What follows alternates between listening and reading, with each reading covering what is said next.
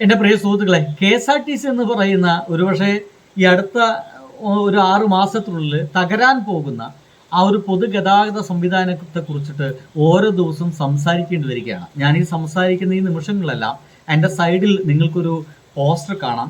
അതിങ്ങനെയാണ്: #ൽ പണമില്ല, NH66 വൺ വേ തെറ്റിച്ച് തിരിഞ്ഞോടി KSRTC ബസ് എന്നുള്ള വാർത്തയാണ്.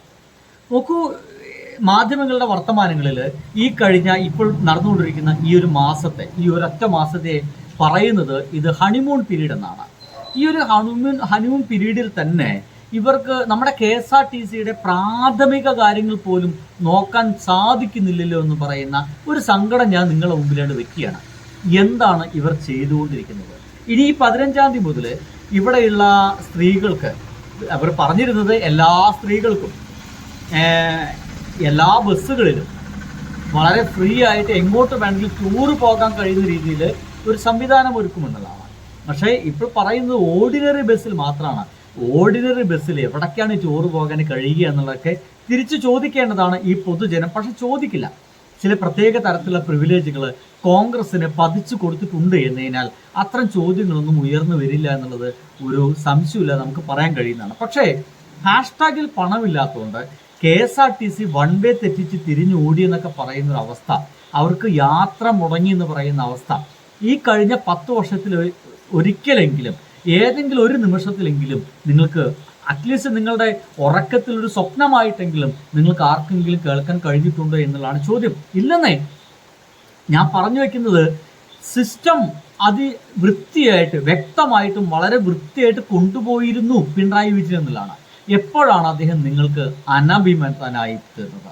ആരാണ് നിങ്ങൾക്ക് അദ്ദേഹത്തെ എന്തോ ഒരു വളരെ വിലക്കപ്പെട്ടവനെന്ന രീതിയിലും എന്തോ ഒരു പ്രശ്നം ഭരിതമായിട്ടുള്ളൊരു ഒരു സംഭവം മുന്നോട്ട് കൊണ്ടുപോകുന്ന ഒരാളെന്ന നിലയ്ക്കൊക്കെ ആരാണ് നിങ്ങൾക്ക് ബോധ്യപ്പെടുത്തുന്നത്?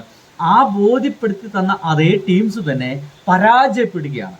ഒരു 30 ദിവസം കഴിയുമ്പോഴത്തേന് തന്നെ ഈ ഗവൺമെന്റിലെ ഒട്ടുമിക്ക മന്ത്രിമാരും ഒരു വൻ പരാജയമാണ് എന്ന രീതിക്ക് നമ്മുടെ മുമ്പിലേക്ക് എത്തിക്കുകയാണ്. KSRTC ഒരുപക്ഷെ അവരുടെ ചരിത്രത്തിൽ ആദ്യമായിട്ട് #ൽ പണമില്ലാത്തതുകൊണ്ട്, NH66 വണ്ടി നിന്നതുകൊണ്ട് അവിടേക്ക് പറഞ്ഞയക്കില്ല, #ൽ പണം ഇല്ലാത്തതുകൊണ്ട് ഇനി അങ്ങോട്ട് വണ്ടി പോകാൻ സാധിക്കില്ല എന്ന് മനസ്സിലായതുകൊണ്ട് തിരിച്ച് ഡിപ്പോയിലേക്ക് കയറേണ്ടി വരുന്ന ഒരു ഗതികേട് ആലോചിച്ച് അറ്റ് എ ടൈം അത് പണം അടയ്ക്കുവാനും ആ #, പുതുക്കുവാനുള്ള ഒരു സിസ്റ്റം നമ്മുടെ കേരളത്തിൽ ഉണ്ടായിട്ടും അത് നടപ്പിലാക്കാൻ കഴിയാതിരിക്കുന്ന നമ്മുടെ മന്ത്രിമാരുടെ ഒരു അവസ്ഥ ആലോചിച്ച് നോക്കി. നമ്മൾ എങ്ങോട്ടാണ് പോയിക്കൊണ്ടിരിക്കുന്നത്?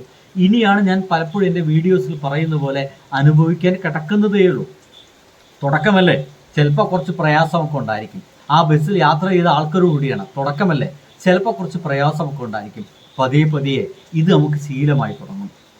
ഇനി KSRTCയിൽ പോകുന്ന സമയത്ത് ഒപ്പമുള്ള സുഹൃത്തുക്കളോടോ അടുത്ത ബന്ധുക്കളോടോ ഒപ്പം വരാൻ പറയണം. ഏതുവരെ? അടുത്ത ഒരു #, പണം പിരിക്കുന്ന ഒരു ഇതുവരെ. അവിടെ ഒരുപക്ഷെ വണ്ടി തടഞ്ഞിടാൻ സാധ്യതയുണ്ട്. അപ്പം ഞാൻ ബൈക്കിലോ കാറിലോ നിങ്ങളൊപ്പം വരാം എന്നൊക്കെ പറയേണ്ട ഒരു ഗതികേടിലേക്ക് നമ്മൾ എത്തിയിരിക്കുന്നതാണ്. ഇനി അതുമാത്രമല്ല, ഏറ്റവും കൂടുതൽ നമ്മുടെ വിദ്യാർത്ഥികളെ ബാധിക്കുന്ന ഒരു വിഷയം കൂടി വന്നിട്ടുണ്ട്. അത് നിങ്ങൾ തീർച്ചയായിട്ടും കണ്ണൂരിൽ നിന്നാണ് ഇത് റിപ്പോർട്ട് ചെയ്തിട്ടുള്ളത്. KSRTC പാസ്, വിദ്യാർത്ഥി പാസ് 10 നിന്ന് ഒറ്റയടിക്ക് 110 രൂപയാക്കി. ഇതെന്താണ് ചർച്ച ചെയ്യപ്പെടാത്തതെന്ന്? ഇതെന്താ നിങ്ങൾ ആരും ചർച്ച ചെയ്യപ്പെടാത്തത്? ഇതെന്താ ആരും അറിയാത്തത്? ഇതെന്താ നിങ്ങൾ ആരും അറിയിക്കാത്തത്? ഇതൊരു ചെറിയ മൂലയ്ക്കാണ് എഴുതി വെക്കുന്നത്. 10 രൂപയിൽ നിന്ന് 110 രൂപയാക്കുമ്പോൾ പത്രവാദികളുടെ അല്ലെങ്കിൽ പത്രത്തിന്റെ ഏതെങ്കിലും മൂലയ്ക്കാണോ ഈ ഒരു വാർത്ത കൊടുക്കേണ്ടത്? അല്ലല്ലോ. ഇത് നമ്മുടെ കുട്ടികളെ നേരിട്ട് ബാധിക്കുന്ന, നമ്മുടെ കുട്ടികളെ മാത്രമല്ല, ആ കുട്ടികൾക്ക് പണം കൊടുക്കേണ്ട മിക്കവാറും രക്ഷിതാക്കളായിരിക്കും. അവരുടെ സാമ്പത്തിക സ്ഥിതിയെ കൂടി ബാധിക്കുന്ന ഒരു വലിയ വിഷയമില്ലെന്ന്. 1, 2, 3 ശതമാനമാണ് കൂടുന്നത്. എത്ര അധികം ശതമാനമാണ് ഇവിടെ കൂടി വയ്ക്കുന്നതെന്ന് ആലോചിച്ച് നോക്കി. നോക്കൂ, KSRTC വിദ്യാർത്ഥി പാസ് 10 നിന്ന് ഒറ്റയടിക്ക് 110 രൂപ. KSRTC സൗജന്യ യാത്രയ്ക്കുള്ള വിദ്യാർത്ഥി പാസ് പുതുക്കാനുള്ള ഓൺലൈൻ ചാർജ് 10 രൂപയിൽ നിന്ന് ഒറ്റയടിക്ക് 110 രൂപയാക്കി.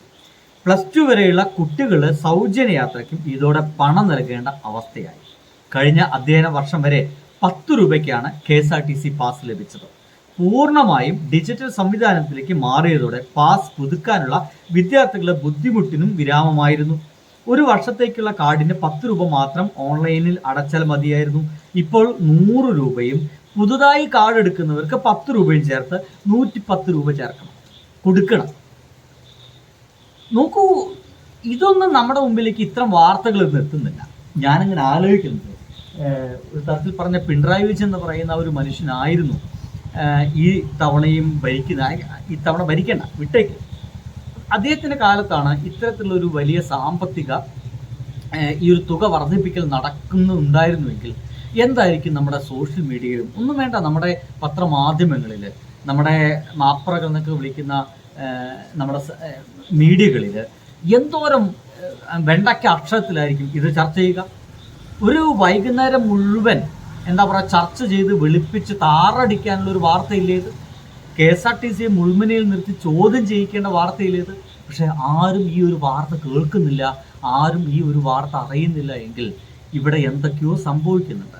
നിങ്ങളുടെ മുമ്പിലേക്ക് ചിലതൊന്നും എത്തുകയില്ല എന്നതാണ്. എന്തൊക്കെയായാലും അങ്ങനെയൊക്കെ വല്ല കൺഫ്യൂഷനൊക്കെ ഉണ്ടെങ്കിൽ നിങ്ങൾ തീർച്ചയായിട്ടും എൻ്റെ ചാനൽ ഒന്ന് സബ് ചെയ്ത് വെക്കുക കേട്ടോ. ഒരുപക്ഷെ നിങ്ങളുടെ മുമ്പിലേക്ക് എത്തിക്കാത്ത പലതും എങ്ങനെയെങ്കിലും തപ്പിപ്പിടിച്ച് ഞാൻ നിങ്ങളുടെ മുമ്പിലേക്ക് എത്തിച്ചിരിക്കും. കൃത്യമായിട്ടുള്ളത്, സത്യസന്ധമായിട്ടുള്ളത് അത് ഞാൻ പറഞ്ഞിരിക്കും. അപ്പോൾ അടുത്ത വീഡിയോക്ക് കാണുമ്പോഴേക്കും ബൈ.